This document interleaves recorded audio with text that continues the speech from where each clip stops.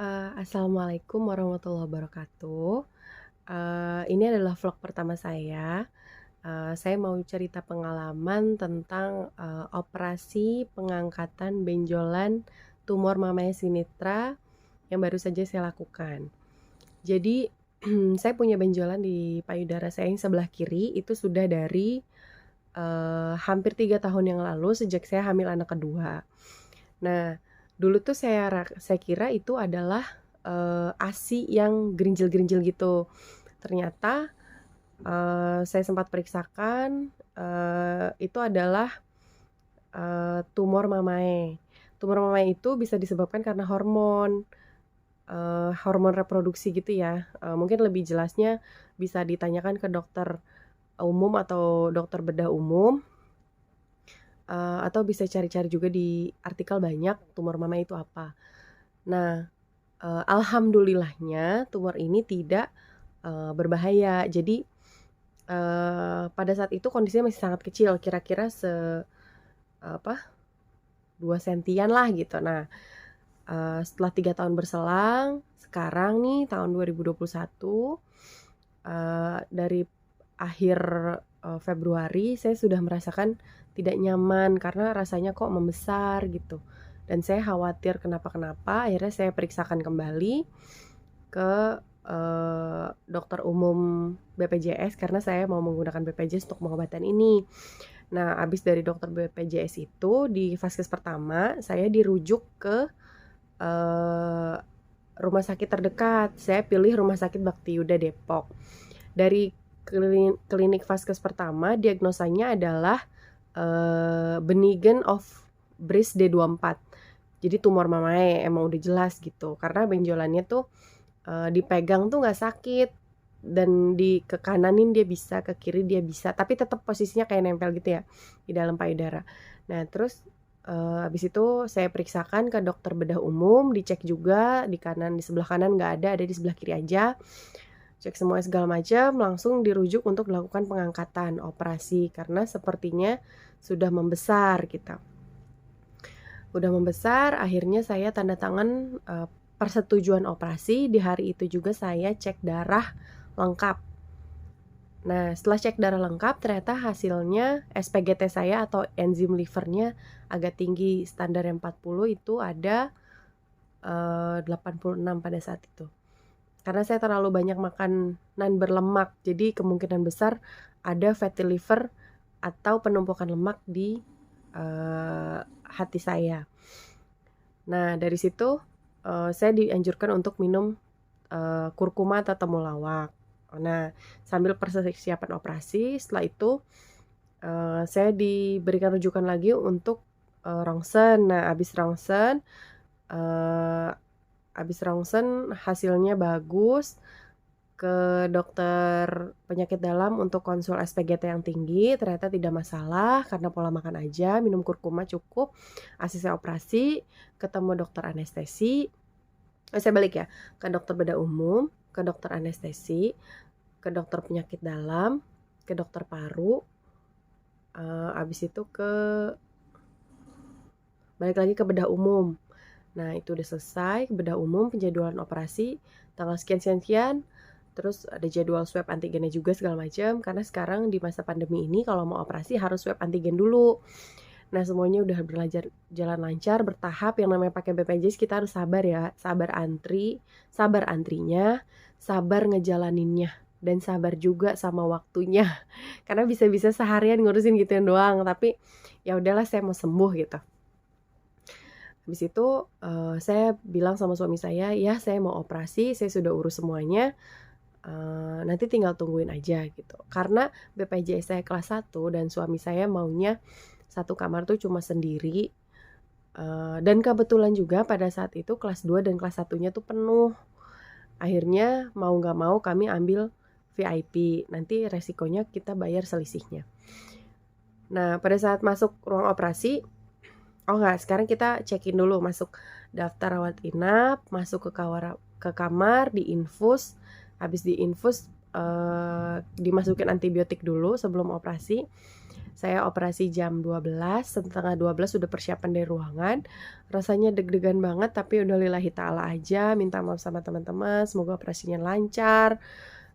Terus habis itu masuk ruang operasi, pakai baju operasi, pakai yang sarung kepala yang hijau itu, saya nggak tahu namanya apa. Terus dari situ masuk ke ruangan operasi, dingin banget pasti. Tapi dokter dan suster di Bakti Yuda mantap banget sih, mannernya, terus tata bahasanya, tingkah lakunya memang benar-benar paripurna. Saya tuh sering banget nemuin rumah sakit yang predikatnya paripurna tapi susternya jutek-jutek. Tapi di Bakti Yuda tuh enggak. Pokoknya Bakti Yuda the best of the best rumah sakit. Karena kalau dari facility ya saya merasa ya rumah sakit facility-nya sama lah. Pokoknya paling kastanya aja kayak misalnya Bakti Yuda nggak bisa disamain juga sama Mayapada atau Siloam yang nggak bisa, tapi beda kelas gitu kan, rumah sakit ada kelas A, B, C. Nah kalau di Bakti Yuda ini kelas C, tapi dia rumah sakit umum, tapi susternya tuh baik, pokoknya susternya baik. Itulah salah satu kenapa saya lebih milih operasi di Bakti Yuda. Pada saat masuk ruang operasi, saya udah salaman sama suami saya minta maaf kalau selama ini saya belum jadi istri yang sesuai harapan. Nah terus pokoknya maaf-maafan, nangisan, padahal sebenarnya saya juga takut sih di operasi pada saat itu. Tapi udahlah, tenang, mau sembuh, insya Allah semuanya lancar. Terus habis itu masuk ruang operasi, disuntikin 2 kali di infusan 2 kali suntikan. Terus habis itu dipakein oksigen, terus habis itu udah stop tidur, nggak tahu apa lagi yang terjadi. Pas bangun-bangun udah di ruang pemulihan, udah di sini udah tempat jantung gitu, yang satu di infusan, yang satu tempat jantung. Iya satu doang deh kayaknya tempat jantung ini. Pokoknya saya agak setengah sadar pas bangun. Abis itu udah sadar. Terus di samping saya tuh ada yang jaringan bekas diangkatnya itu putih-putih gitu loh, kayak gaji di baso, tau gak? Di baso kan suka ada gaji-gaji gitu ya. Nah tetelan ya, nah, kayak gitu tuh bentuknya. Dan itu bulut-bulut kecil gitu ya. Nah abis itu kan saya dibawa ke ruang rawat inap lagi, udah bisa sadar, udah bisa bangun.